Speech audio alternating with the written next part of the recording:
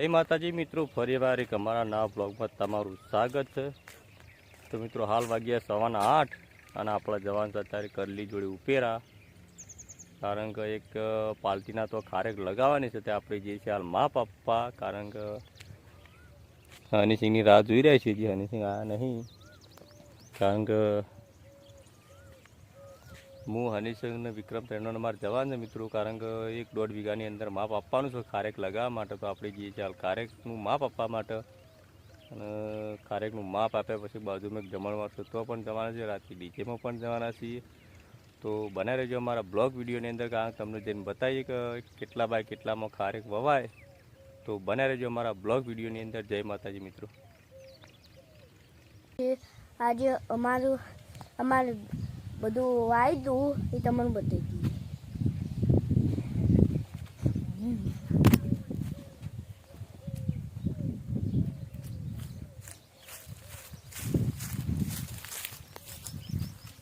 જો મિત્રો, અમાર કેરી બીજી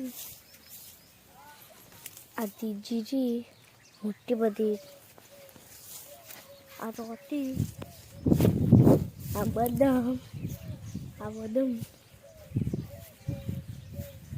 તમને જમફળ બતાવી દઉં। આજે જમફળ પેલું જમફળ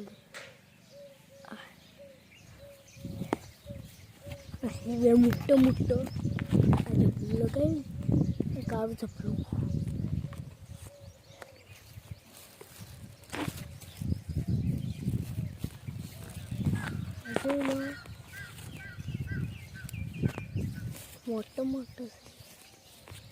મોટો છે,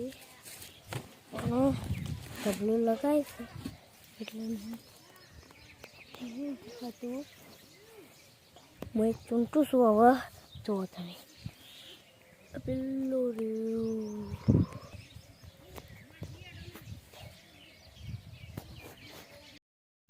મેં તોડી નાખ્યું છે।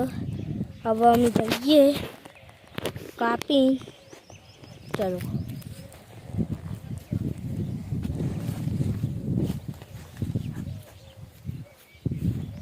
તો મિત્રો જોઈ લો, અમારા ભાઈલો જમફળ તોડી લાવે છે, તાઇવાન પિંક। જો પહેલાં નજીક લઈ બતાવીએ તો મિત્રો જોઈ લો, આ જમફળને આપણે ઠેલી પહેરાવી હતી।